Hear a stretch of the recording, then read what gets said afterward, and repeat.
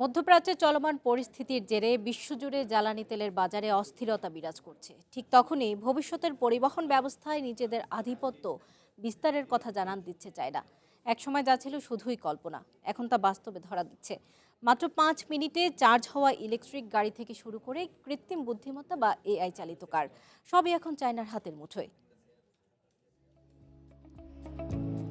America ও ইরানের মধ্যকার চলমান যুদ্ধ পরিস্থিতি বিশ্বজুড়ে জ্বালানি সংকটের আশঙ্কা বাড়িয়ে দিয়েছে। তেলের জন্য যখন সারা বিশ্ব হাহাকার করছে, ঠিক তখন এক বিকল্প শক্তির জন্য নিজেকে প্রস্তুত করেছে চায়না। তেল নির্ভরতা কমিয়ে ইলেকট্রিক যানবাহনের দিকে ঝুঁকে পড়েছে দেশটি, আর সেটিই এখন তাদের জন্য এক বিশাল আশীর্বাদ হয়ে দাঁড়িয়েছে।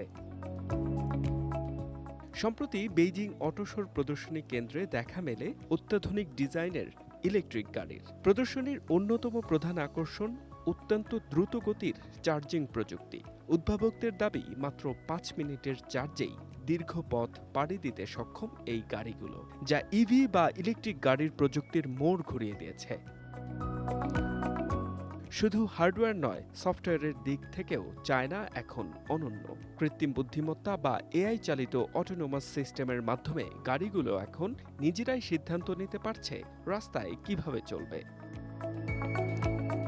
বিশ্লেষকরা বলছেন, ইরান সংকটের ফলে বিশ্ব বাজার যখন অস্থিতিশীল, তখন চায়নার এই ইভি বিপ্লব তাদের বৈশ্বিক বাণিজ্যে এক নতুন উচ্চতায় নিয়ে যাবে। সস্তা জ্বালানি আর পরিবেশ বান্ধব প্রযুক্তির মিশেলে চায়না এখন বিশ্বকে দেখাচ্ছে আগামীর পথ। H M Ataullah, one international desk.